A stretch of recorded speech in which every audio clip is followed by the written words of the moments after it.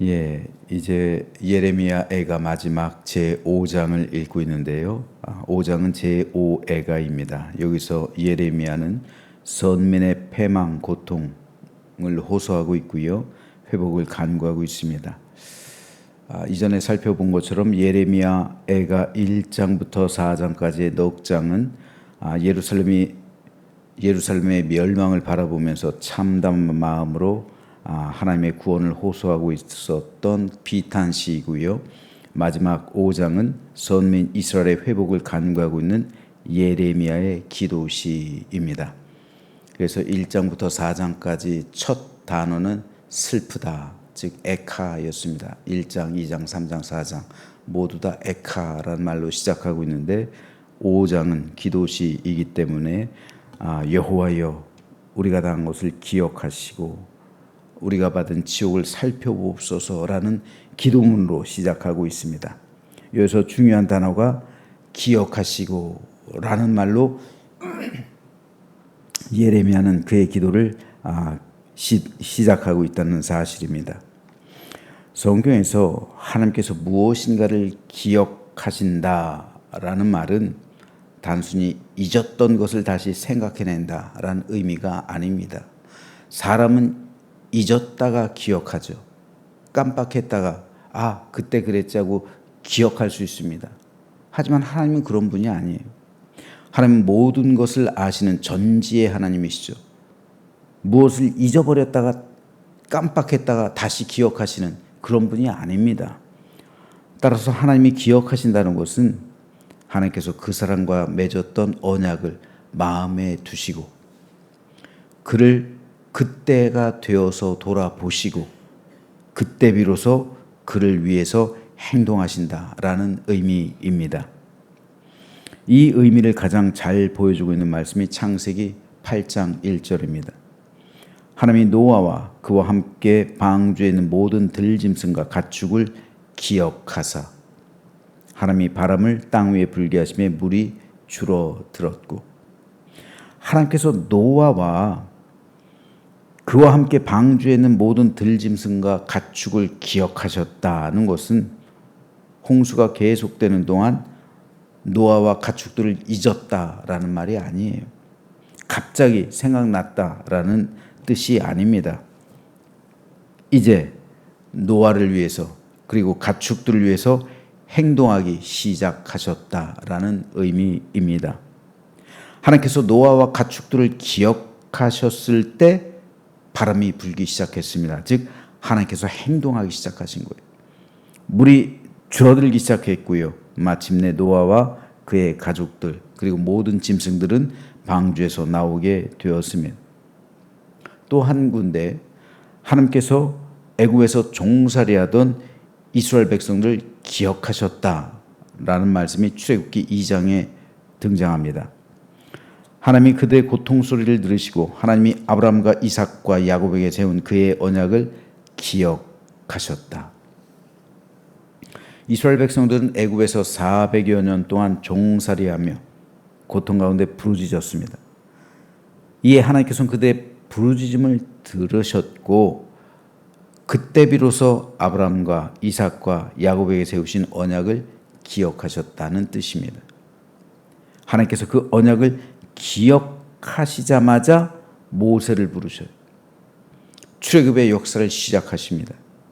그러므로 성경에서 하나님께서 기억하신다라는 말은 언제나 중요한 의미를 가지고 있습니다.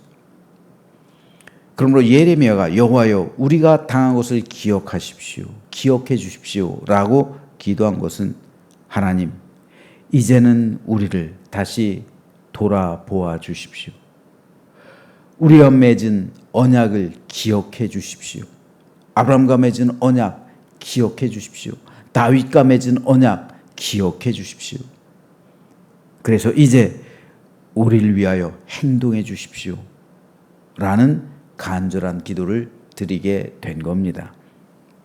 인간적으로 볼 땐 이스라엘에겐 더 이상 희망이 없었습니다.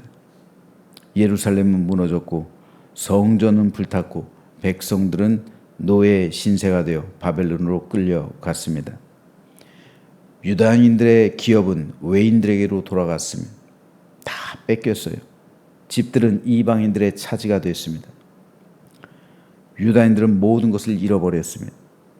그런데 이 절망적인 상황에서 예레미야가 가장 먼저 붙잡은 것은 자신의 능력이 아니에요. 세상 무엇보다 하나님의 기억하심이었습니다. 하나님, 우리를 기억해 주십시오. 이것이 예레미야의 기도의 가장 우선된 기도 제목이었습니다. 우리 삶에도 이런 기도가 필요할 수 있습니다.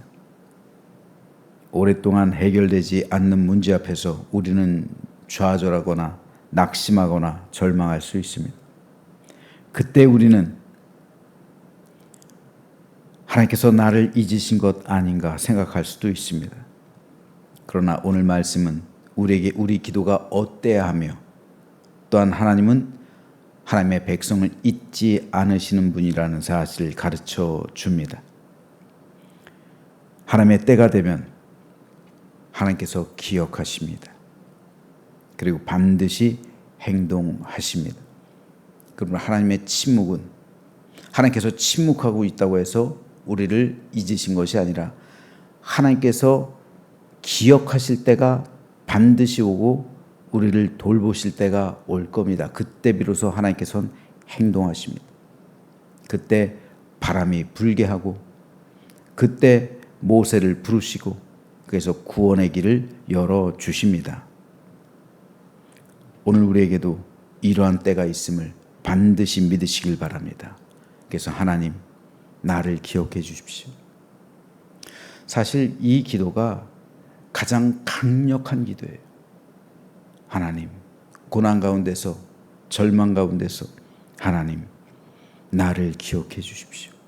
성경에 보니까 이 기도를 드린 사람이 한두 사람이 아니에요. 하나님, 나를 기억해 주십시오.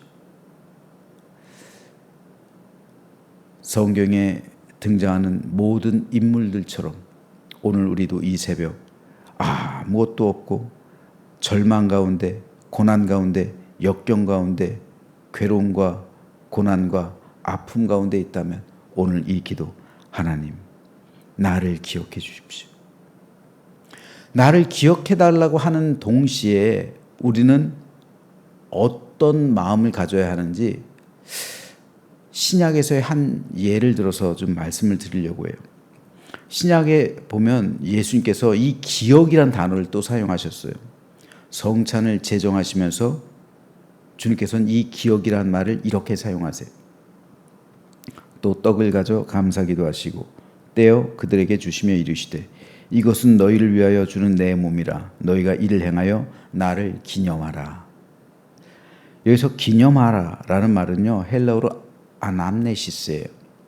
원 뜻은 기억하라 입니다. 우리 성경에서는 기념하라 라고 되어 있지만 영어로 또 보면 in remembrance of me예요. remembrance예요. 즉 기억이란 단어라고요. 기억. 나를 기억하라 말씀하시는 거예요. 예레미야는 하나님께 우리를 기억하소서 기도했죠. 그러나 예수님은 제자들에게 나를 기억하라 당부하셨습니다. 예레미야의 기억해달라는 기도 그리고 예수님의 나를 기억하라는 당부, 이 사이에 놀라운 복음의 비밀이, 은혜가 담겨 있어요. 이스라엘 백성이 하나님께 하나님 우리를 기억해 주십시오 라고 기도할 수 있는 이유는 하나님 앞에서 자격이 있어서가 아니에요. 전적인 하나님의 언약과 긍휼 때문에 그래요. 하나님의 언약과 하나님의 긍휼하심으로 인해서 그걸 기대할 수밖에 없는 거예요. 그래서 하나님, 우리 조상 아브라함에게 맺었던 그 언약, 다윗에게 맺었던 언약, 우리가 하나님의 백성인 그 언약을 기억해 주십시오. 이제 우리를 기억해 주십시오 라고 절망 가운데 하나님께 부르짖을 수 있는 거죠. 그 언약 때문입니다. 그 언약과 긍휼로 인해 하나님께서는 독생자 예수 그리스도를 우리에게 보내주셨어요. 그리고 예수님의 십자가 지기 전날 밤 새 언약을 제정하시면서 나를 기억하라 말씀하셨어요. 그렇다면 우리에겐 두 가지 기억이 필요합니다. 첫째는 하나님께 나를 기억해 주십시오 라고 기도하는 거예요. 이 기도가 있어야 돼요. 성도는 힘들 때마다 하나님께 부르짖어야 합니다. 하나님, 나를 기억해 주십시오. 우리 가정을 기억해 주십시오. 우리 자녀를 기억해 주십시오. 우리 교회를 기억해 주십시오. 우리 나라와 민족을 기억해 주십시오 라고 기도해야 돼요. 그리고 둘째는 우리는 예수님의 말씀에 따라 예수님을 기억해야 돼요. 하나님께서도 우리를 기억하시지만 우리도 하나님을 기억해야 돼요. 우리도 예수님을 기억해야 돼요. 우리는 하나님께 우리를 기억해 주십시오 라고 기도하지만 정작 우리는 주님을 잊어버리고 살 때가 많아요. 정작 하나님을 기억하지 않을 때가 많단 말입니다. 하나님의 은혜를 기억하지 않을 때가 많아요. 하나님의 은혜를 기억하지 않았기 때문에 이스라엘 백성들은 타락했잖아요. 홍해를 가르신 하나님의 은혜를 기억하지 않고요. 반석에서 물이 샘솟게 한 그 은혜를 기억하지 않았고요. 애굽에서 10가지 재앙을 내리신 하나님의 그 능력을 기억하지 않았어요. 그 은혜를 기억하지 않으면 삶에서 닥치는 그 여러 가지 고난과 어려움 그 가운데 불평할 수밖에 없는 거예요. 감사가 사라지는 겁니다. 하나님을 의지하지 않는 거예요. 오늘 우리도 내가 처음 믿었던 그 하나님의 은혜를 기억하지 않을 수 있어요. 정작 우리는 하나님께 우리를 기억해 주십시오라고 기도하고 있지만 우리는 예수님을 잊어버리며 살 때가 하루 이틀이 아닙니다. 어려울 때는 하나님을 찾습니다. 하지만 형편이 좋아지면 하나님을 잊어요. 기도 제목이 있을 땐 하나님을 찾아 기도하지만 나를 기억해 달라고 하지만 문제가 해결되고 나면 하나님을 기억하지 않아요. 기도가 식어집니다. 은혜가 필요할 때는 주님을 간절히 찾지만 세상 일 바빠지면 십자가를 잊어버립니다. 그래서 예수님은 우리에게 말씀하세요. 나를 기억하라. 하나님은 우리를 기억하시겠죠. 하지만 우리는 하나님을 잊어버리기 쉬워요. 그렇다면 예수님을 기억한다는 것 어떤 의미일까요? 아침에 눈 뜰 때 오늘도 주님께서 주신 생명으로 살아갑니다 라고 기억하는 거예요. 새벽 기도대에 나와서 오늘 하루 새 생명 주신 주님의 그 은혜로 내가 살아갑니다. 주님의 은혜를 기억하는 거예요.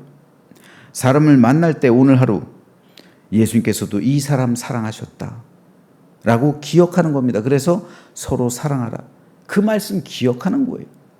성도들 맞부딪힐 때, 성도들 만날 때 우리가 함께 천국 공동체를 이루고 있구나. 내가 너희를 사랑한 것처럼 너희도 서로 사랑하라는 예수님의 말씀을 기억해내는 거예요. 그 말씀 기억하지 않으면 내 마음대로 행동하는 거예요. 억울한 일 당했을 때 나를 위해 묵묵히 십자가 지신 예수님의 그 고난 기억해내는 거예요. 죄의 유혹을 받을 때 나를 죄에서 구원하시려고 피 흘리신 예수님을 기억하는 거예요. 그래서 그 모든 죄의 유혹을 이겨내는 겁니다. 물질 사용할 때 모든 것이 하나님의 은혜로 주어진 것임을 기억하는 거예요. 그래서 이것도 내 것이 아니라는 사실을 기억해내는 겁니다. 다 하나님께 속한 것이라는 것을 기억해내는 거예요. 섬기다가 지칠 때 나를 먼저 섬겨주신 예수님을 기억해내는 겁니다. 예수님을 기억하는 사람은 내 삶에서 예수님의 삶으로 그 삶이 바뀝니다. 무엇을 기억하느냐에 따라 우리 생각이 달라지고 선택이 달라지고 삶이 달라져요. 왜 엄마, 아빠, 부모님 생각하면 부모님 돌아가신 지가 오래됐어도 마음이 짠할까요? 왜 어렸을 때 그 기억은 추억이 되어서 좋을까요? 여러분 어렸을 때 행복하기만 했습니까? 어렸을 때 얼마나 고생을 많이 하셨어요. 다들 힘든 세월 사셨죠. 근데 어렸을 때를 기억하면 그 기억 속에서 부모님이 떠오르고 그 사랑이 떠오르잖아요. 그래서 아직까지도 한편에 먹먹한 추억과 그 추억 속에 새록새록 피어오르는 사랑의 기억으로 남아있잖아요. 그런데 왜 우리는 하나님의 은혜를 기억하지 않습니까? 날 위해 죽으신 예수님의 그 십자가를 왜 기억하지 않으십니까? 우리는 두 가지 기억이 반드시 있어야 됩니다. 먼저 하나님께 나와서 하나님 나를 기억해 주십시오. 이 기도 있어야 되고요. 두 번째, 오늘의 현실의 삶 속에서 하루 동안 예수님을 기억하는 것, 우리 하나님의 은혜를 기억하는 것, 우리 주님의 희생하심과 우리를 위한 사랑을 기억하는 것, 그리고 내 안에 임하신 성령님의 역사심을 기억하는 것, 그 기억이 날마다 새롭게 되기를 주님의 이름으로 축복합니다.